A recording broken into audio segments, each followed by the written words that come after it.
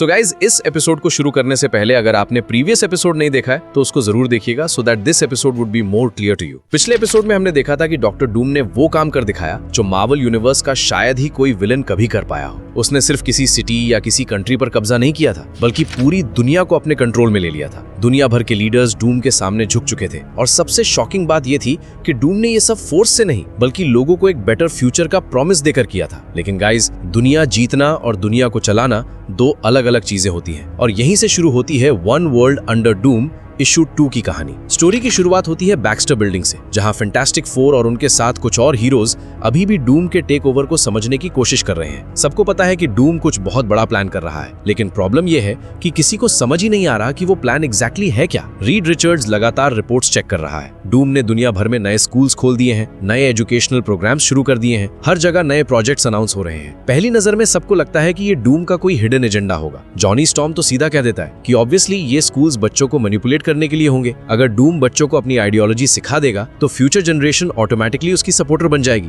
और ऑनेस्टली देखा जाए तो ये थ्योरी बिल्कुल लॉजिकल लगती है। लेकिन फिर रीड रिचर्ड्स एक शॉकिंग डिस्कवरी करता है। वो इन स्कूल्स के रिकॉर्ड्स चेक करता है, करिकुलम चेक करता है, फंडिंग चेक करता है, टीचर्स चेक करता है, हिडन मैसेजेस ढूंढने की कोशिश करता है, लेकिन उसे कुछ भी सस्पिशियस नहीं मिलता, बिल्कुल कुछ भी नहीं। जितना ज्यादा रीड इन्वेस्टिगेट करता है उतना ही ज्यादा कंफ्यूज होता चला जाता है, क्योंकि डूम के स्कूल्स किसी ब्रेन वॉशिंग सेंटर की तरह काम नहीं कर रहे हैं। उल्टा ये schools genuinely high quality education provide कर रहे हैं। ये मॉडर्न है, प्रॉपर्ली फंडेड है, बेस्ट फैसिलिटीज से इक्विप्ड है और सबसे बड़ी बात, ये फ्री है। रीड को मजबूरन मानना पड़ता है कि जो भी डूम कर रहा है उसमें फिलहाल कोई हिडन ट्रैप नजर नहीं आ रहा। और ये बात पूरी टीम को और भी ज्यादा परेशान कर देती है, क्योंकि अगर डूम कोई ऑब्वियस इविल प्लान नहीं कर रहा तो फिर उसका असली प्लान है क्या। बेन ग्रिम इस सिचुएशन को बहुत प्रैक्टिकल एंगल से देखता है। वो कहता है कि चाहे डूम जो भी कर रहा हो, एक चीज तो क्लियर है, जितना ज्यादा टाइम उन लोगों ने वेट किया उतना ही ज्यादा डूम पावरफुल होता जाएगा। लोग उसे सपोर्ट करना शुरू कर देंगे, गवर्नमेंट्स उसकी आदत डाल लेंगी और फिर उसे रोकना ऑलमोस्ट इम्पॉसिबल हो जाएगा। सूजन स्टॉर्म भी इस बात से एग्री करती है। उसके हिसाब से डूम फिजिकली दुनिया नहीं जीत रहा, वो लोगों के दिल और दिमाग जीत रहा है। और यही सबसे डेंजरस चीज है, क्योंकि जब लोग खुद किसी लीडर को सपोर्ट करने लगे तब उस लीडर को गिराना बहुत मुश्किल हो जाता है। इसी डिस्कशन के बीच जॉनी स्टॉर्म अपनी यूजुअल स्टाइल में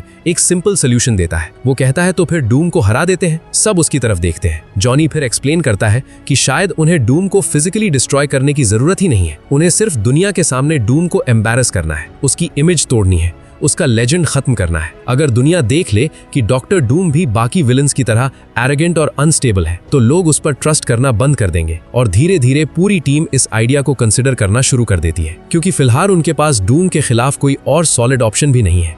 लेकिन गाइज, जब फैंटास्टिक फोर डूम को एक्सपोज करने की प्लानिंग कर रहे होते हैं, तब कहानी का सबसे इंटरेस्टिंग हिस्सा क्वाइटली शुरू हो रहा होता है। और इस बार सेंटर में होती है रीड और सूजन की बेटी वलेरिया रिचर्ड्स। वलेरिया कैजुअली अपनी मॉम सूजन को बताती है कि वो फ्यूचर फाउंडेशन के बेंटली के साथ टाइम स्पेंड करने जा रही है।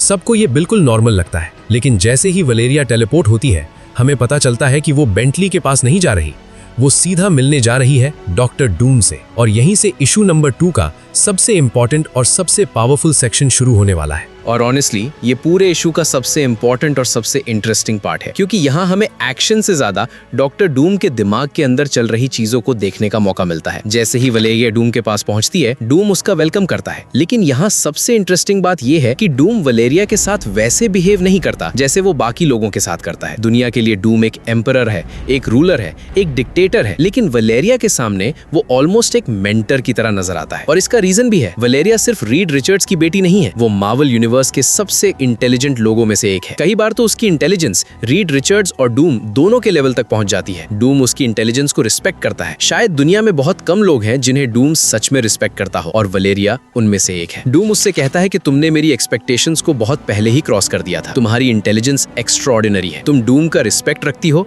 और डूम भी तुम्हारा रिस्पेक्ट करता है। और फिर डूम एक और इंटरेस्टिंग बात बोलता है। वो कहता है कि दुनिया में बहुत कम लोग हैं जिन्होंने डूम का फेवर देखा है, बहुत कम लोग हैं जिन्होंने डूम का रिस्पेक्ट देखा है, और शायद कोई भी ऐसा नहीं है जिसे डूम का लव भी मिला हो, लेकिन वलेरिया उन कुछ लोगों में से एक है। वलेरिया सीधे पॉइंट पर आती है। वो कहती है कि अंकल डूम, मुझे बताओ कि आप कर क्या रहे हो, आपका एक्चुअल प्लान क्या है, आपने पूरी दुनिया को एक साथ कैसे जोड़ दिया और आप आखिर अचीव क्या करना चाहते हो। लेकिन डूम डायरेक्ट आंसर नहीं देता। वो कहता है कि मैं तुम्हें बताने के बजाय दिखाता हूँ। अगली ही मोमेंट डूम अपनी मैजिक यूज करता है और दोनों एक अलग लोकेशन पर पहुंच जाते हैं। वो किसी बड़े बैटलफील्ड में नहीं है, कोई सुपर विलन बेस नहीं है, कोई सीक्रेट लेबोरेटरी भी नहीं है। वो एक नॉर्मल सी गवर्नमेंट बिल्डिंग के पास खड़े हैं जहां आम लोग अपनी डेली पॉलिटिकल एक्टिविटीज में बिजी हैं। वलेरिया थोड़ी कंफ्यूज हो जाती है। तब डूम उससे एक सिंपल सा क्वेश्चन पूछता है, डेमोक्रेसी को जस्टिफाई करो। वलेरिया पहले तो हैरान हो जाती है। उसे लगता है डूम शायद लोकल गवर्नमेंट के बारे में बात कर रहा है, लेकिन डूम उसे क्लियर कर देता है कि नहीं, वो पूरे कॉन्सेप्ट की बात कर रहा है, डेमोक्रेसी को डिफेंड करो। और यहीं से दोनों के बीच एक फिलोसॉफिकल डिबेट शुरू होती है। वलेरिया जवाब देते हुए कहती है कि डेमोक्रेसी परफेक्ट नहीं है, लेकिन ऑल्टरनेटिव्स उससे भी ज्यादा डेंजरस है। अगर गवर्नमेंट ही ना हो, अगर रूल्स ही ना हो, अगर कोई ऑर्गेनाइज सिस्टम ही ना हो, तो सोसाइटी कोलैप्स हो जाएगी। लोग अपने सेल्फिश इंटरेस्ट्स के लिए लड़ेंगे, रिसोर्सेज के लिए लड़ेंगे, पावर के लिए लड़ेंगे, हर जगह केओस फैल जाएगा।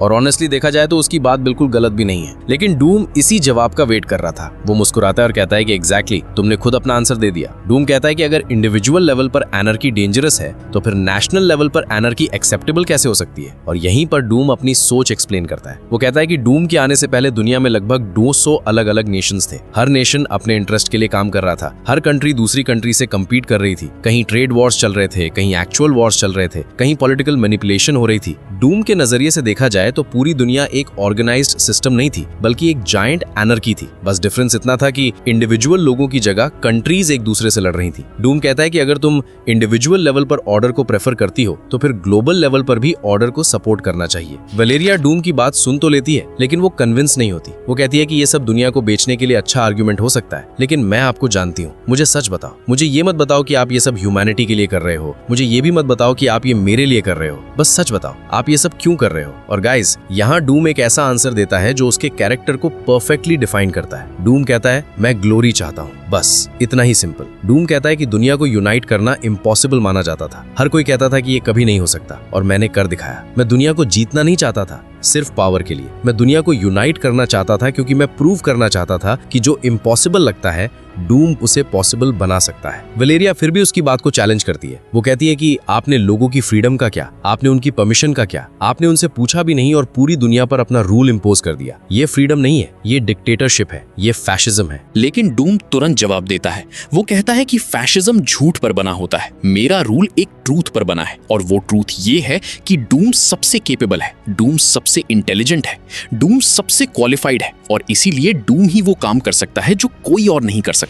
वलेरिया उसकी तरफ देखकर कहती है कि ये कोई प्रूफ नहीं है, आप सिर्फ खुद के बारे में क्लेम कर रहे हो। आप कह रहे हो कि आप सबसे बेटर हो, लेकिन आपने ये प्रूव नहीं किया। और ऑनेस्टली ये बात डूम भी समझता है, इसीलिए वो एक बहुत इंपॉर्टेंट बात बोलता है। वो कहता है कि इसी वजह से मैं इतनी तेजी से काम कर रहा हूँ। मैं दुनिया को प्रूव करूंगा कि मैं सही था, मैं दुनिया को प्रूव करूंगा कि मेरा रूल उनके लिए बेटर है, और एक दिन मैं तुम्हें भी प्रूव कर दूंगा। वलेरिया उसकी बात सुनकर चुप हो जाती है, क्योंकि पहली बार उसे भी समझ नहीं आ रहा कि डूम गलत है या सही। और ऑनेस्टली गाइज, यही चीज इस कॉमिक को इतना इंटरेस्टिंग बनाती है, क्योंकि यहाँ डॉक्टर डूम टिपिकल विलन की तरह बिहेव नहीं कर रहा। वो दुनिया को बर्बाद नहीं कर रहा, वो उसे इम्प्रूव करने की कोशिश कर रहा है। प्रॉब्लम सिर्फ इतनी है कि वो ये सब अपनी मर्जी से कर रहा है। और जब वलेरिया और डूम की ये कॉन्वर्सेशन खत्म होती है, तब दूसरी तरफ रीड रिचर्ड्स एक बहुत इंपॉर्टेंट डिस्कवरी कर लेता है।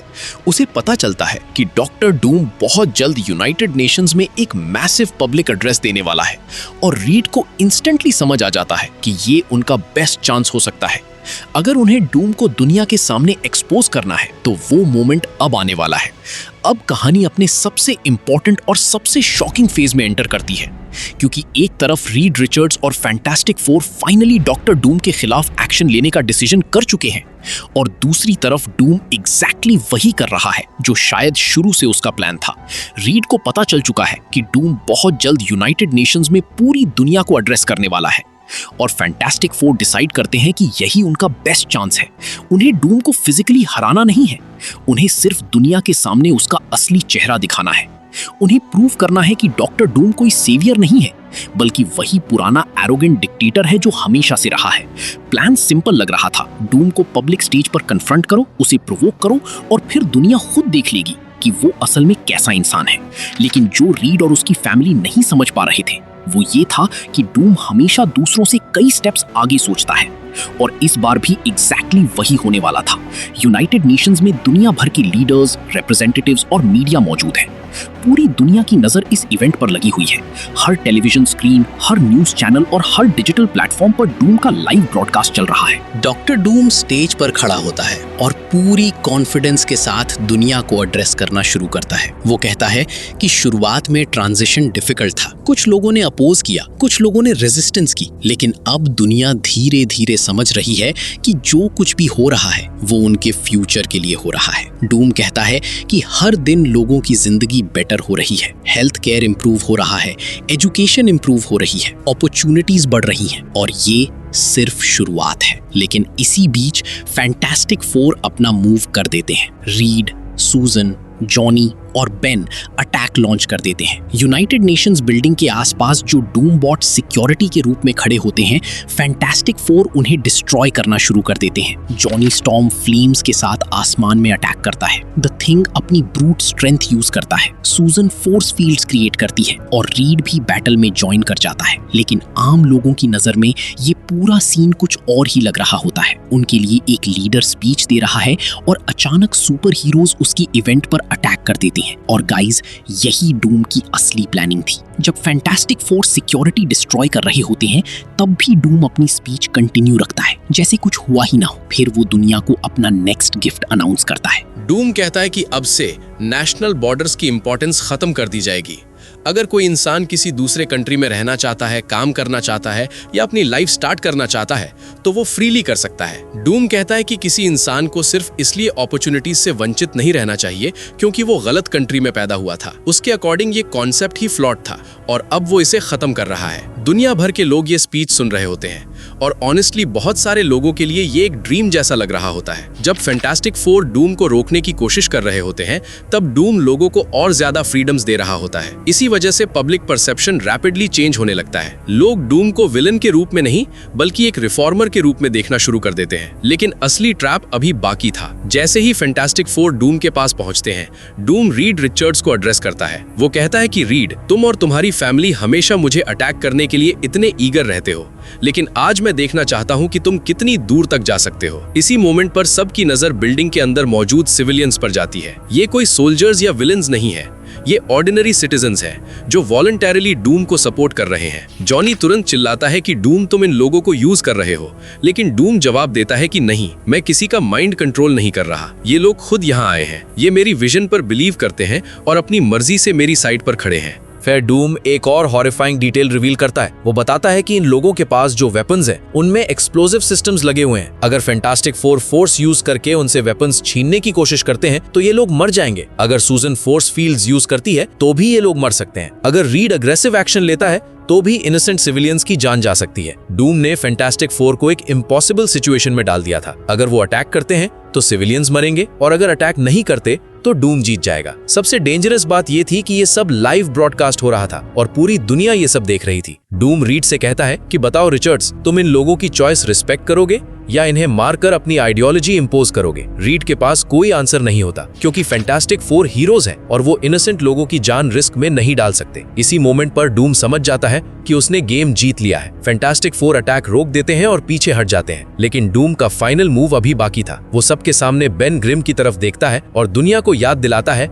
कि बेन ग्रिम सालों से द थिंग के रूप में जी रहा है। एक एक्सीडेंट ने उसकी पूरी जिंदगी बदल दी थी और रीड रिचर्ड्स दुनिया का स्मार्टेस्ट मैन कहलाने के बाद भी अपने दोस्त को नॉर्मल नहीं बना पाया। डूम पब्लिकली इस बात को पॉइंट आउट करता है और कहता है कि डूम अपने एनिमीज के साथ भी जेनरोसिटी दिखाता है। फिर वो अपनी मिस्टिकल पावर्स यूज करता है और एक एनर्जी वेव बेन ग्रिम के पूरे बॉडी को सराउंड कर लेती है। अगले ही सेकंड द थिंग गायब हो जाता है। बेन ग्रिम फिर से एक नॉर्मल इंसान बन चुका होता है। न रॉकी स्किन, न मॉन्स्ट्रस अपीयरेंस और ना ही कोई म्यूटेशन। जो काम रीड रिचर्ड्स सालों में नहीं कर पाया था, वो डॉक्टर डूम ने कुछ सेकंड्स में कर दिया। पूरे वर्ल्ड के सामने फैंटास्टिक फोर की रेपुटेशन को बहुत बड़ा झटका लगता है। पब्लिक के नजरिए से डूम ने एक इम्पॉसिबल मिरेकल परफॉर्म किया था। स्पीच खत्म करने के बाद डूम कैजुअली कह देता है कि फैंटास्टिक फोर ने जो डैमेज किया है उसका बिल उन्हें भेज दिया जाए और फिर वो ट्रांसमिशन एंड करके वहां से चला जाता है। बाद में हम दुनिया भर के ऑर्डिनरी लोगों के रिएक्शंस देखते हैं और शॉकिंग बात ये होती है कि ज्यादातर लोग डूम के साइड पर नजर आते हैं। कुछ लोग कह रहे होते हैं कि उनकी लाइफ पहले से बेटर हो गई है, कुछ लोग कह रहे होते हैं कि उन्हें पहली बार फ्यूचर होपफुल लग रहा है, और कुछ लोग सीधा सवाल पूछ रहे होते हैं कि अगर डूम विलेन है तो हीरोज ने इतने सालों में उनके लिए क्या किया। और गाइज,